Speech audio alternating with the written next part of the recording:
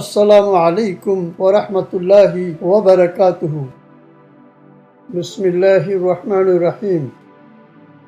আজকের আলোচনার বিষয় মুমিনদের সফলতার ৫টি শর্তের মধ্যে সালাতের কথা ২বার বলা হয়েছে।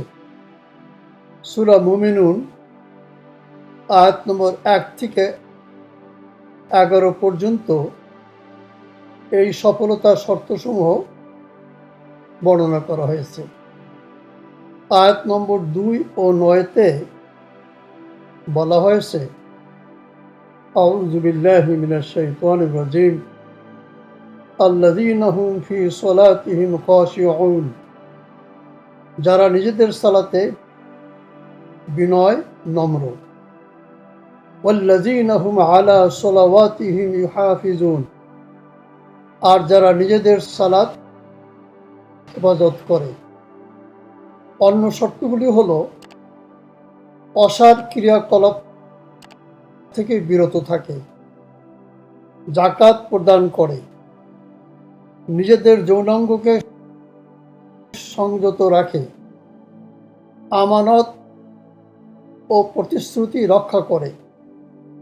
মুসলিম শরীফ হাদিস নম্বর ১/৮৯। ইবনে মাসউদ রাদিয়াল্লাহু আনহু বলেন, আমি রাসূলুল্লাহ সাল্লাল্লাহু আলাইহি ওয়াসাল্লামকে জিজ্ঞাসা করলাম, হে আল্লাহর রাসূল, আল্লাহর নিকট কোন আমল সর্বাপেক্ষা পছন্দনীয়? তিনি বললেন, সময় মতো সালাত আদায় করা। আমি আবার জিজ্ঞেস করলাম, তারপর কোন আমল? তিনি জবাব দিলেন, মাতা পিতার খিদমত করা। আমি পুনরায় প্রশ্ন করলাম, তারপর কোনটি? তিনি বললেন, আল্লাহর পথে জিহাদ করা।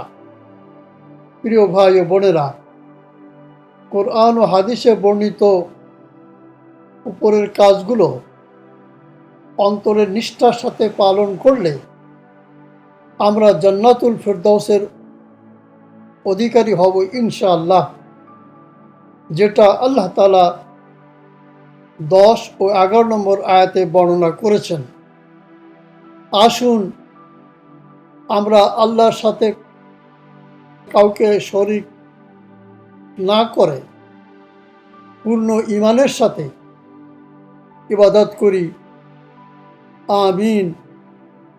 আসসালামু আলাইকুম ওয়া রাহমাতুল্লাহি ওয়া বারাকাতুহু।